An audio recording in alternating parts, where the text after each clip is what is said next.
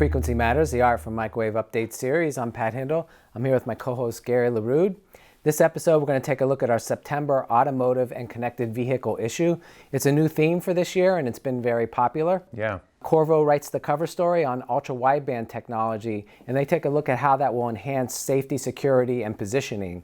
And this is rolling out in handsets now, so it's very interesting, the different applications that are coming up, and they go through how it works. So I think it's a very good article and very fitting for this issue. I hadn't realized that ultra-wideband could be applied the way they're showing it, but combining it with other ADAS technologies would make for very powerful connected cars. What else do we have for technical features? Well, along the same themes of the issue, we have one from Keysight on EMC challenges for electric vehicles in the EV supply environment.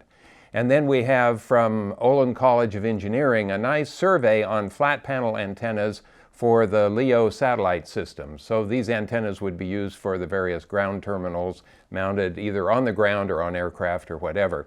We have one of our editorial review board approved articles, which is interesting. It's a K-band linear power amplifier done in 90 nanometer trap-rich silicon, so actually an SOI CMOS process, and they get 14.2 dBm of saturated output power with a peak power added efficiency of about 23.5% over a 6 gigahertz bandwidth at K-band, so that's interesting. And then lastly, our Fabs and Labs visits Aravant, where they have a new facility, and we also talked to them about some of the rebranding they've been doing. Yeah, they've been very good at releasing new products in the high frequency range. Exactly. So we had one product feature, and that's from Exvo. They released a new mobile spectrum analyzer, and what's unique is it's modular. I don't think there are any others on the market like that.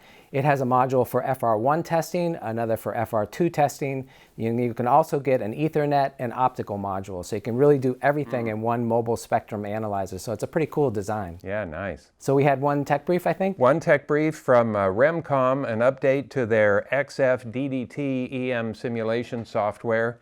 This basically, they're now able to do a simulation of electrostatic discharge, so you can actually analyze susceptibility prior to having to go into the lab and test. And they've incorporated handling transient voltage suppression diodes as well as spark gaps into the software, so that's nice. So turning to the news, until this year we hadn't really heard of Quantic Electronics, but now I think they're in the news every week. They started off with maybe 3 or 4 microwave companies. They're up to 8 now already. It's amazing. And I think there's more coming probably.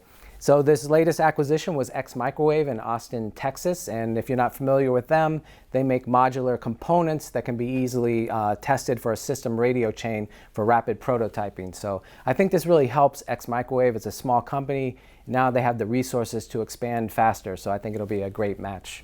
Yeah, their concept has really taken off, judging by the number of companies that have X microwave blocks, building blocks. Yes. So I think providing additional funding for them to grow faster would be great. And then also in the news, you and I had a very interesting video interview with SpectralDSP, which is a new startup. And so they have a new algorithm that can lower the peak to average power ratio that's evident in all our communication systems, because most use OFDM modulation, and that gives you really high peaks, and that forces the power amplifier to operate in a less efficient mode. So by using their algorithms, they'll be able to greatly lower that and improve the efficiency of the power amplifier. So it'll be very interesting to see if this is able to be applied to all 5G systems going forward. They have prototyped it, and I think now they're doing field testing. So you can check that out at videos.microwavejournal.com. Yeah, I think they have a bit of a hurdle to try to get industry-wide adoption, but it sounds like a good concept, and I have to admit I didn't totally understand all the communications theory behind it. Yeah, the digital signal processing is a little bit out of our field, but there is a slight sacrifice in bandwidth, but that penalty is small, I think, compared to the benefit. Right. Well, in the news I saw there could be some troubles with Oran. The Oran Alliance basically has 3 members that are Chinese companies. I mean, they have more members that are Chinese companies, but 3 companies specifically were put on the entity list by the US. And so that caused Nokia to basically say, we're suspending our technical discussions. And Ericsson has also expressed some concern about it. And the reason for that is that these companies being on the entity list, if you disclose non-public technical information, you could be accused of violating the export laws. So obviously no company wants to put their employees at risk of doing that. And the other complexity when Huawei was put on the entity list back whenever it was, a couple years ago, there was an exception that was granted because of the standards discussion. So it said if they were participating with a justified standards body, that collaboration could take place. Well, the Oran Alliance isn't really a standards body.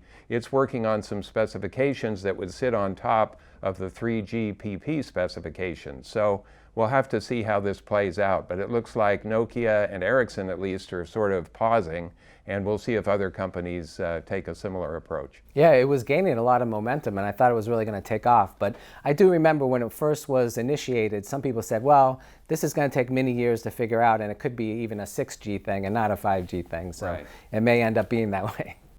Hopefully they'll get it resolved. So turning to events, I'll be heading down to DC for the satellite event, and they're bringing in Richard Branson from Virgin for a keynote, so I'm going to check that out on Thursday morning, so I'll report back in our next episode on how that event goes. But turning back to ultra-wideband technology, it's a very hot area, so we're having a panel discussion September 8th with several companies on that. So you can sign up for that for free in our events section or catch it on demand later. And the other event that we're all watching is fingers crossed that the European Microwave Show in London in February will go off as planned. We're kind of watching the ups and downs of the pandemic and hoping that it'll be tamped down by that time and people from certainly Europe can participate, and we're hopeful that those of us in the US can go as well. The other thing I want to mention, which we've mentioned before, if you're not already a subscriber to Microwave Journal, please do so. It's a free subscription. You can subscribe at the Microwave Journal website. It gives you access to the current issue where Pat and I talk about all the articles, as well as our archives, which go back into the mid-2000s. So a lot of great technical information. And that's it for this episode. We want to thank you for watching, and we want to thank our sponsor, RFMW. They're a pure play technical distributor. They represent the leading companies in RF, microwave, and millimeter wave, all the way from semiconductor to interconnect. So the next project you have, start your search for products at RFMW. And we'll be back in a couple weeks. We'll be talking about the supplement in September. Thanks for watching.